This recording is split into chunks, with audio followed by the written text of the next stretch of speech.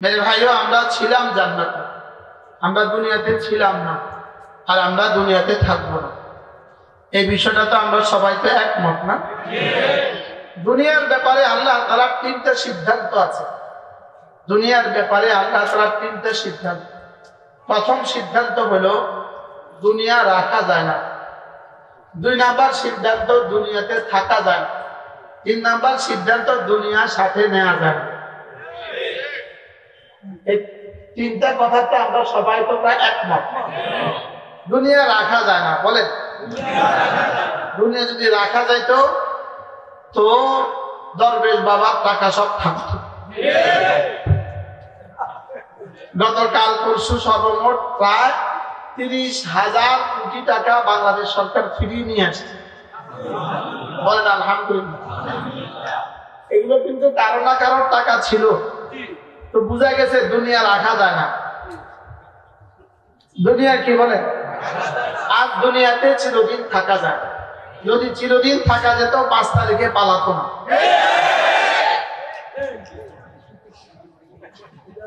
তাহলে বোঝা গেছে দুনিয়াতে চিরদিন কি। 3 নাম্বার পয়েন্ট হলো যাওয়ার সময় 2-3টা কাপড় ছাড়া, আর আমাদের মহিষী মহিয়ত্রী ভাগলপুরিনী 5টা কাপড় ছাড়া আর কিছু নিবেন। তাহলে দুনিয়ার ব্যাপারে সিদ্ধান্ত কয়টা বলেন? কি কি?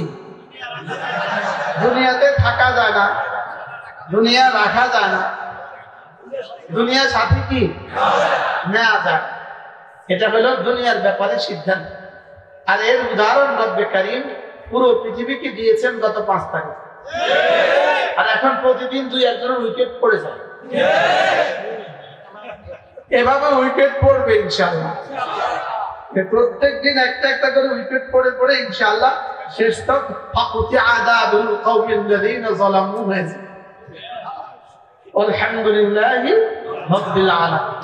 তাহলে আমরা দুনিয়াতে ছিলাম না, দুনিয়াতে আছি, থাকবো।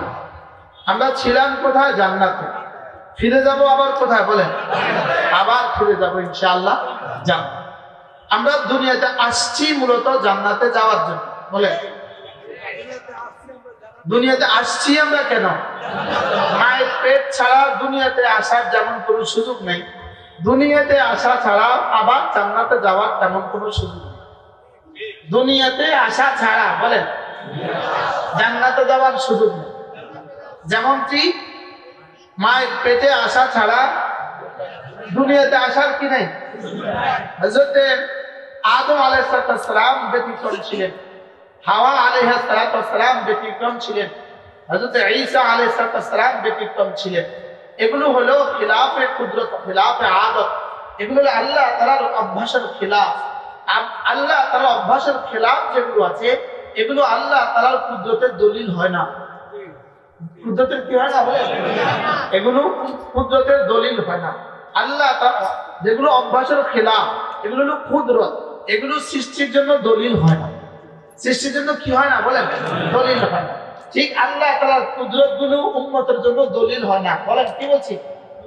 আল্লাহ তাআলার কুদরত গুলো, যেমন ধরেন একজনের মেঘনা নদীতে নৌকা থেকে পড়ে বেঁচে গেছে, এর অর্থ আরেকজনের জন্য মেঘনা নদীতে পড়া যায় না। একজন যে পড়ে বেঁচে গেল, আল্লাহ তাআলার কুদরত আরেকজনের জন্য হুজ্জত হয় না। বলেন আল্লাহ তাআলার কুদরত আরেকজনের জন্য কি হয় না বলেন?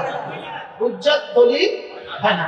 হযরত ইব্রাহিম আলাইহিস সালাম হযরত ইসমাঈল আলাইহিস সালামের গলায় ছুরি চালাইলেন, ছুরি কাটছে না কাটে নাই? এখন আপনি কি আপনার ছেলের গলায় ছুরি চালাবার সুযোগ আছে? কেন? লাকাদ কানা ইব্রাহিম উসওয়াতুন হাসানাহ, ইব্রাহিমের মধ্যে রয়ে গেছে তোমাদের জন্য নমুনা। তাহলে ইব্রাহিম ছুরি চালাইলেন আর ছেলে কি হলো না? জবে হলো না। তা আমার ছেলে ছুরি চালাইলে জবে হবে কেন? বলে ওটা ছিল আল্লাহ তাআলার কুদরত, আর ছুরি কেটে ফেলা এটা আল্লাহ তাআলার আদত। আল্লাহ তাআলার কি আদত মানে কি? অভ্যাস। আল্লাহ তাআলার অভ্যাস, আল্লাহ তাআলার অভ্যাস আরেকজনের জন্য কি হয়? দলিল হয়। আল্লাহ তাআলার অভ্যাস হুজ্জত হয়। আল্লাহ তাআলার কুদরত কি হয় না? হুজ্জত হয়। এজন্য আদম আলাইহিস সালামকে আল্লাহ তাআলা বানিয়েছেন আব্বা আম্মা দুরুম ছাড়া। হাওয়া আলাইহিস সালামকে আল্লাহ তাআলা বানিয়েছেন আম্মা ছাড়া। হযরত ঈসা আলাইহিস সালামকে আল্লাহ তাআলা বানিয়েছেন আব্বাজান। এই সব কি আল্লাহ তাআলার কুদরত। বলেন এই সব কি আল্লাহ তাআলার কুদরত। আর বাকি সব মানুষের আমাদের জন্ম হলো কি আল্লাহ তাআলার আদত। আল্লাহ তাআলার আদতেই আল্লাহ তাআলার ওয়ালান তাজিদা লিসুন্নাতিল্লাহি তাবদীলা ওয়ালান তাজিদা লিসুন্নাতিল্লাহি তাহবিলা। আল্লাহ তাআলার আদতের কোনো ব্যত্যয় হয় না। আল্লাহ তাআলার আদতের কোনো কি হয় না। যদি কখনো কুদরতের বহিঃপ্রকাশ ঘটে এটা আল্লাহ তাআলার কুদরত। আল্লাহ তাআলার কুদরত আরেকজনের জন্য কি হয় না বলেন দলিল হয় না। তাহলে আমরা ছিলাম কোথায় জান্নাতে, আসছি কোথায়, কেন আসছি বলেন জান্নাতে যাওয়ার জন্য।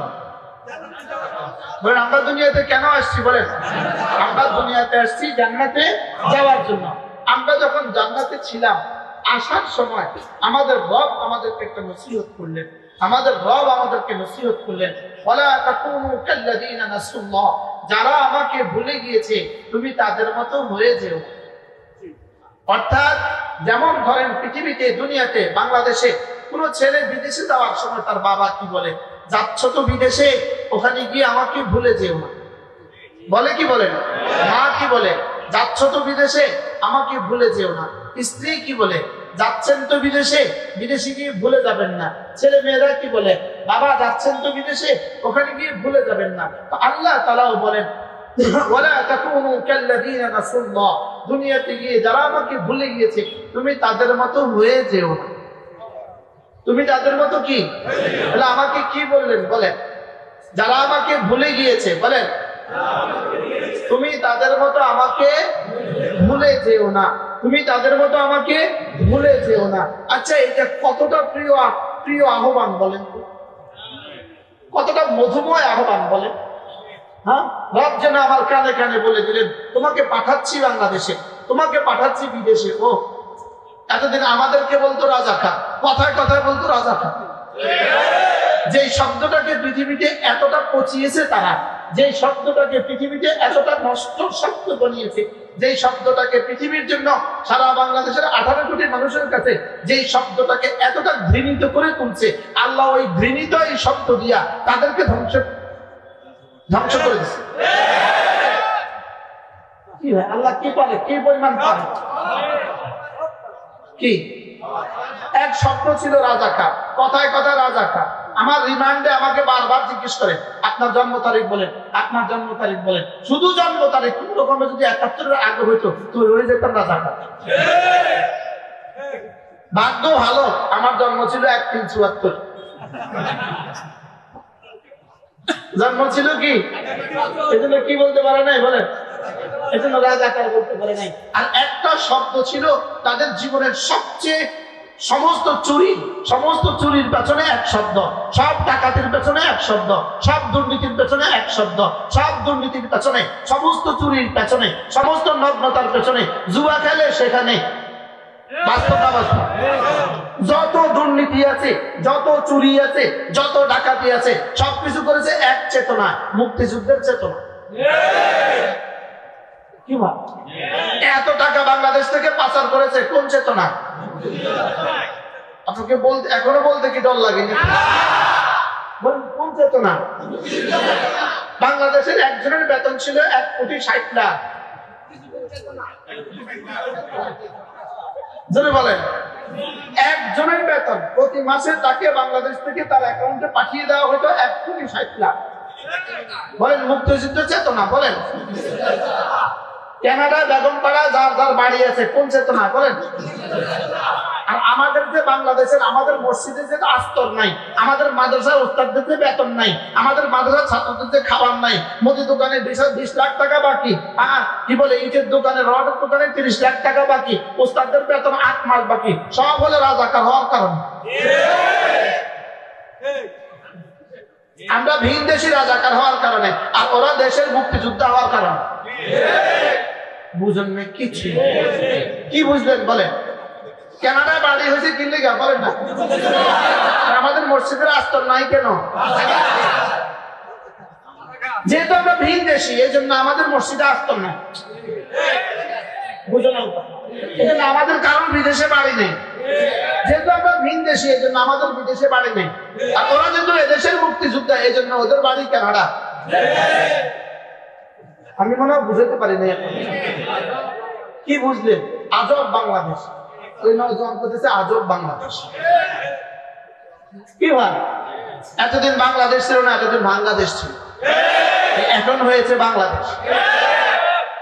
কি এই জন্য আমাদের মাননীয় তত্ত্বাবধায়ক সরকারের মাননীয় প্রধান উপদেষ্টা তিনি বললেন প্রাইমারি স্কুলে সূরা ফাতিহা পড়াও।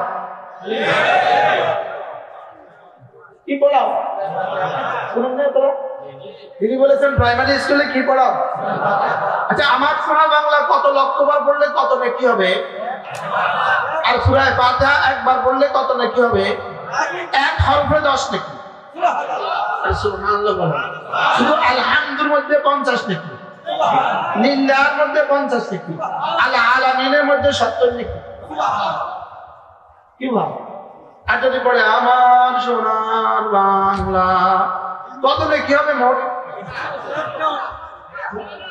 আচ্ছা, 70,000 বার পড়লে, 70 লাখ বার পড়লে, আর আলহামদুলিল্লাহ রাব্বিল আলামিন পড়লে, আর সুবহানাল্লাহ। আচ্ছা, প্রসঙ্গ উঠে যাবে, কি বলবো?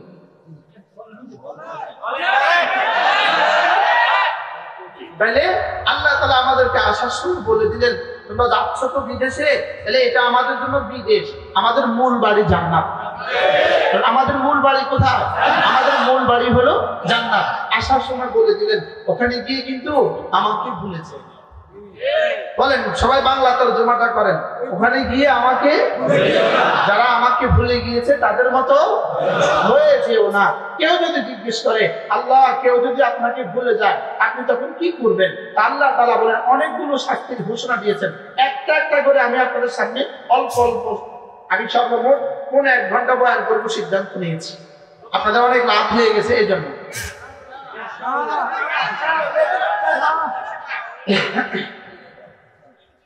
তাহলে প্রথম শাস্তি আল্লাহ তাআলা বলেন কেউ যদি আমাকে ভুলে যায়, এর 1 নম্বর শাস্তি ফাআনসাহুম আনফুসাহুম, আমি তাকে ভুলিয়ে দেই।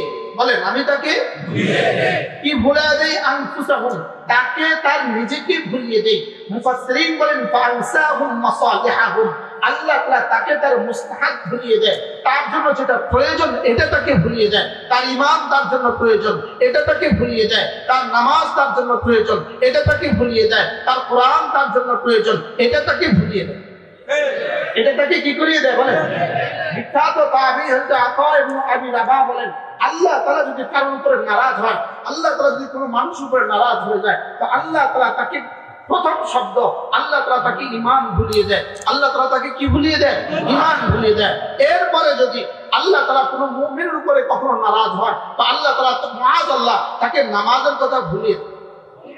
কিসের কথা ভুলিয়ে দেয়? বলেন নামাজের কথা ভুলিয়ে দেয়। তাহলে খোদা রাখা ঈমান হারা হয়ে যাওয়া, এটা ঈমান হারা হয়ে যাওয়া, এটা হলো ফাআনসাহুম আনফুসাহুম, নামাজ ছেড়ে দেওয়া, ফাআনসাহুম আনফুসাহুম, রোজা ছেড়ে দেওয়া, ফাআনসাহুম আনফুসাহুম, হজ ছেড়ে দেওয়া, ফাআনসাহুম আনফুসাহুম।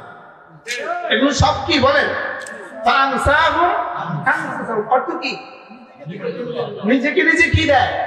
ভুলিয়ে দেয়। নিজেকে নিজে কি ভুলিয়ে দেয়। হযরত মূসা আলাইহিস সালাম আল্লাহ তাআলাকে জিজ্ঞেস করলেন আল্লাহ আপনি যদি কোন জাতির উপরে নারাজ হন তখন আপনি কি করেন? আল্লাহ তাআলা বলেন কোন জাতির উপরে যদি আমি নারাজ হই তখন আমি 3টা কাজ করি। 1 নাম্বার সময় মতো বৃষ্টি দেই না, সময় মতো বৃষ্টি দেই না। 2 নাম্বার হলো ওই জাতির বেওকুফের হাতে ক্ষমতা তুলে দেই। 3 নাম্বার হলো ওই জাতির বখিলের হাতে মাল তুলে দেই। মিলছে না? মিলছে না? বলছে কয় পার্সেন্ট মিলছে? 100 মিলছে কিনা বলেন? বৃষ্টি কি সময় মতো হয় এখন না অসময়ে হয়? 2 নম্বর ক্ষমতা কার হাতে তুলে দিছিল? ডাকাতদের হাতে। কার হাতে তুলে দিছে বলেন? ডাকাতদের হাতে। পৃথিবীতে একটা ছোট্ট জানোয়ার আছে, ছোট্ট প্রাণী আছে, এই প্রাণীটার নাম হলো মূষা। মূষা কোন পর্যন্ত খায় জানেন? মরণ পর্যন্ত। বলেন কোন পর্যন্ত? মূসা যদি অর্ধেক পেট খায়া উড়ে চলে যেত তো যাইতে পারতো কি পারতো না? বলা সে কোন পর্যন্ত খাইছে? এই পর্যন্ত খাইছে, এখন আর উঠতে পারে না। এখন পেটটা নিচের দিকে, মাথাটা উপর দিকে, এভাবে রয়েছে, ঝুলে রয়েছে। আস্তে করে খাইয়া এখানে থেকে খাইয়া এখানে গিয়ে বসে আছে। সে যদি অর্ধেক খাইয়া চলে যেত, জোরে বলেন না। তোমরা প্রথম 5 বছর খাইছো, দ্বিতীয় 5 বছর খাইছো, তৃতীয় 5 বছর খাইয়া গত ডিসেম্বর মাসে চলে যেত, কিন্তু আজকের এই পরিণতিটা হতো না। এরা কার মতো বলেন? খুব মশার মতো। তুমি এবার না খাইয়া ভাই আগে ভাইকে যেটা, এখন মশা যখন কি করে, মশা যখন খাইয়া এবার তো টুকটুক হয়ে এখানে যা, এবার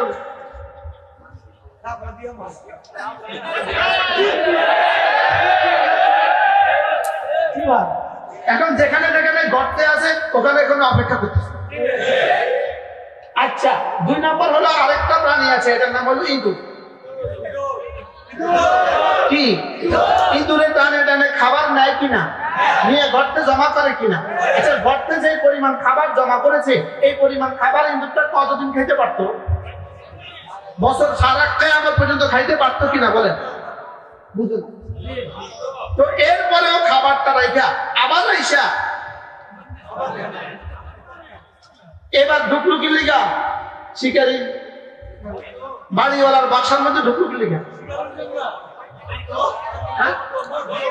যদি এই এবার আর খাসার মধ্যে না ঢুকতো, লোহার কি বলেন না, ইঁদুর দ্বারা ইঁদুর মারার কলের মধ্যে না ঢুকতো, ফটক। আচ্ছা, ইঁদুর মারার কল, ইঁদুর মারার মেশিন, ইঁদুর মারার কলের মধ্যে যদি না ঢুকতো, তো খানাগুলো কয় বছর খাইতে ব্যক্তি? জোরে বলেন না। এখন এদেশ থেকে যা ডাকাতি করছে, যত গত ডিসেম্বর মাসে যদি আর মিথ্যা কথা না কইতো, আমরা যাই এবার তোমরা খাও, তাহলে তো বাচ্চা যাইতো। তাহলে এটা কিসের কোন কারণে, শেষ কোন কারণে মামুল হক জেলে গেল? এটা হলো মূর্তি ধোলাই ধোলাই ধোলাই খালে মূর্তি স্থাপনা নিয়েই তো জেলে গেল। একজন মরা মানুষের ভাস্কর্য উঠাবার জন্য পৃথিবীতে কোন শত শত মানুষকে শহীদ করা, হত্যা করা, হাজার হাজার মানুষকে জেলে দেওয়া, এটা পৃথিবীর ইতিহাসে আর কখনো ঘটে না। কি বলছি বলেন? কি প্রশ্ন বলেন? মরা মানুষের ভাস্কর্য বলেন, তাকে উঠাবার জন্য হাজার হাজার মানুষকে জেলে দেওয়া, শত শত মানুষকে পাখির মতো গুলি করে হত্যা করা। ব্রাহ্মণবাড়িয়ার হত্যাযজ্ঞগুলো কেন হয়েছে? কার ভাস্কর্যের জন্য? যে মারা গেছে বলেন, যে কি মরা মানুষের ভাস্কর্যের জন্য জিন্দা মানুষকে হত্যা করা, বলেন মরা মানুষের ভাস্কর্যের জন্য, বলেন জিন্দা মানুষকে হত্যা করা। এটা পৃথিবীতে এর আগে কখনো ঘটে না। এটা পৃথিবীতে এর আগে কখনো কি? তো মরা মানুষের ভাস্কর্যের জন্য যখন জিন্দা মানুষগুলোকে হত্যা করেছিল, রব যেন তখনই সিদ্ধান্ত দিয়েছেন যে অচিরেই দেখবি এই ভাস্কর্যগুলো যাদেরকে দিয়ে উঠিয়েছিস তাদেরকে দিয়ে আমি ধ্বংস করব। শেষ পর্যন্ত পৃথিবীর কোন ভাস্কর্যের উপরে দাঁড়িয়ে কেউ পেশাব করেছে এর উদাহরণ আর পৃথিবীতে ঘটে না। কিভাবে করেছে রব? কিভাবে করেছে?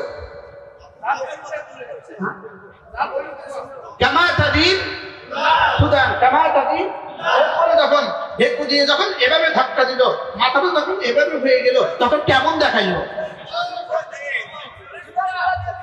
বলেন? তখন দেখা গেল কেমন? আল্লাহু আকবার কাবীরা।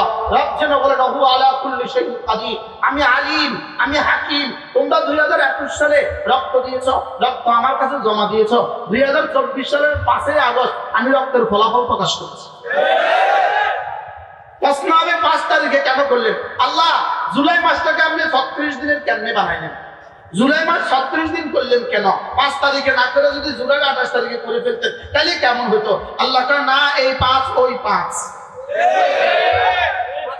5 মে 2013 বলেন, আবার বলেন 5 মে 2013 আর 5 আগস্ট 2024। আল্লাহ আপনি 5 জুলাইতেই করতেন, 5 আগস্টে দিলেন কেন? তো আগস্টের নাম যেন কিয়ামত পর্যন্ত মনে থাকে। বাফও গেছে আগস্টে, দিও গেছে আগস্টে। আগস্টে আনলেন কি লেগে বলেন? আর 5 তারিখ নিলেন কি লেগে? আল্লাহকে আমি আলিম, আমি হাকিম, আমি আলিম, আমি কি? আমি হাকিম। তোমরা তোমাদের গতিটাকে মজবুত করার জন্য, পুশ করার জন্য, বাংলাদেশকে ভারতের কাছে তুলে দেওয়ার জন্য, বাংলাদেশটাকে ভারতের অংশ বানাবার জন্য, বাংলাদেশটাকে ভারতের আজীবন ভারতের গোলাম বানাবার জন্য আমাদের ছাত্র সমাজকে ধ্বংসের সমস্ত ষড়যন্ত্র করেছ। তোমরা শিক্ষা ব্যবস্থাকে পরিবর্তন করে দিয়েছ, তোমরা পরীক্ষা পদ্ধতি পরিবর্তন করেছ, তোমরা টিচিং পদ্ধতি পরিবর্তন করেছ, সব পরিবর্তন করেছ। কখনো এদেরকে বানর বানিয়েছ, কখনো এদেরকে কুত্তা বানিয়েছ, কখনো এদেরকে শুয়োর বানিয়েছ, কখনো আলু ভর্তা শিখিয়েছ, কখনো ঘুর ডিম বাজার শিখিয়েছ। পৃথিবীর সমস্ত অপসংস্কৃতি এখানে চালু করেছ আমাদের ছাত্র সমাজকে ধ্বংসের জন্য। রব্বে কারীম বলেন, ছাত্র সমাজকে ধ্বংস করে দাও। আগামী 30 বছর পরে বাংলাদেশ আরেকটা বার্মা পরিণত হবে, আরেকটা কাশ্মীরে পরিণত হবে। এই স্বপ্ন দেখে আমাদের ছাত্রগুলোকে ধ্বংস করেছ। রব্বে কারীম ওই ছাত্রদের হাতে বাঁশ তুলে দিয়ে তোমাদেরকে চিরসন্ত্রাস।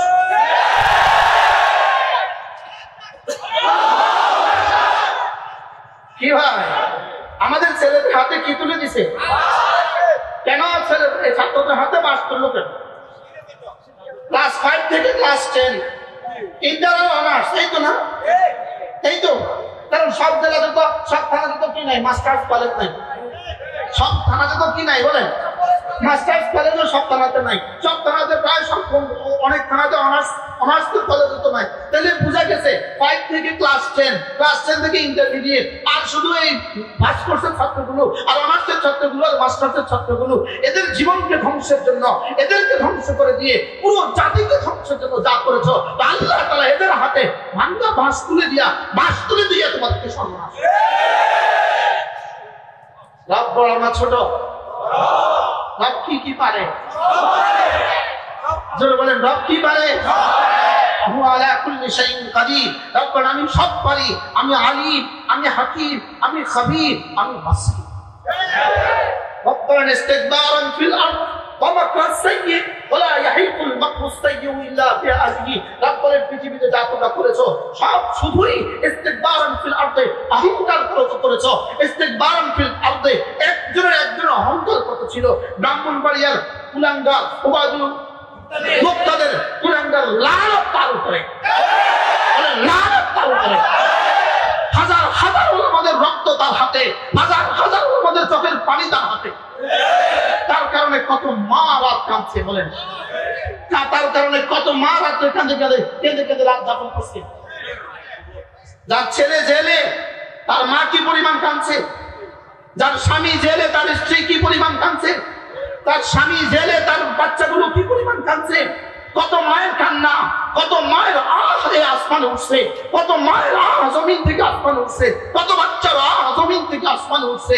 কুলাঙ্গার ভেবেছো এমপি ছিলে, ওরা আমাদেরকে হত্যা করে জেলে দিয়ে মন্ত্রী হয়েছো। রাখবেন আমি ছাড় দিয়েই ছেড়ে দিই না। করেছেন কেউ? আমিও দোয়া করতে ভুলি নাই, বহুত দোয়া করছি তাওয়াফে সাইতে, আল্লাহ এই জালিম থেকে উম্মতে মুসলিমাকে বাঁচান, ব্রাহ্মণবাড়িয়া উলামায়ে উম্মতকে জালিম থেকে বাঁচান। হ্যাঁ, দোয়া করলাম কি লেগা, এটা রব এটাকে বানায় দিল মন্ত্রী। বললাম আল্লাহ তুমি, আমি কইলাম কি তুমি করলা কি? কইলাম কি তুমি করলা কি? শেষটা রব বলেন, হ্যাঁ আমি যা করে বুঝে শুনে করি, তোরা বুঝিস না, তোরা তাড়াতাড়ি করিস না। তোরা কি আতা আমরুল্লাহ ফালা তাস্তাজিলু, আতা আমরুল্লাহ, আমার সিদ্ধান্ত আসবেই আসবে, ফালা তাস্তাজিলু, অতএব তোমরা জলদি করো না, আমার সিদ্ধান্ত আসবেই আসবে। যত উপরে তুলবো তত আছাড় দিলে ভাঙবে বেশি। কি হয়? আতা আমরুল্লাহ, আমরা তো ভাবছিলাম হ্যাঁ কি হয়ে গেল, কইলাম কি করলো কি? আল্লাহ তারা আর এমপি বানায় না, ওরা তারা বানায় দিচ্ছে মন্ত্রী। তো বললাম আল্লাহ তুমি, আমি কইলাম কি তুমি করলে কি? আল্লাহ ফালা তাস্তাজিলু, না জলদি করো না, জলদি করো। কি বলছে বলেন? এই জন্য আজকের এই স্বাধীনতার জন্য, আজকের এই আমরা যেভাবে আজকে স্বাধীনভাবে কথা বলার সুযোগ পেয়েছি, এই জন্য আজকে যারা তত্ত্বাবধায়ক করেছেন আপনাদের এই সম্মানের কারণে গত 16 বছরে যতজন রক্ত দিয়েছে সকলের রক্তের অবদান অনস্বীকার্য সত্য, যতজন জেলে গিয়েছে সকলের অবদান সত্য। কতজন আয়না ঘরে ছিল, সকলের অবদান সত্য। বলুন তো দেখি 10 বছর একটানা অন্ধকার কুঠিতে তার চোখের পানি কেমন ছিল বলে? যার স্বামী, যার স্ত্রী জানতো না তার স্বামী আছে না নাই। আমার জেলখানার জীবনে, আমার ঘুমের জীবনে, যখন আমি ঘুম ছিলাম, আয়না ঘরে ছিলাম, আমার শুধু একটাই টেনশন ছিল, আল্লাহ আমি যদি শহীদ হয়ে যাই, কমপক্ষে আমার স্ত্রীর কাছে এতটুকু সংবাদ পৌঁছিয়ে দিও ও নাই, না হয় ওর জীবন কি হবে। শুধু একটা টেনশন ছিল, ওর জীবন কি হবে। যদি আমি এখন শহীদ হয়ে গেছি, অন্য সাগরের ভাষায় দিতে, তা আমার স্ত্রী কি? শুধু একটা টেনশন ছিল। বলেন ওই দিনগুলো টানলাম, জবাব রব এত বছর পরে। এই জন্য ওলামায়ে উম্মতের রক্ত ভুলা যাবে না। কি বলছি বলেন বলেন বলেন, ওলামায়ে কেরামদের রক্ত কি? আপনি ইনসাফের সাথে বলেন, এদেশে সবচেয়ে বেশি রক্ত ঝরছে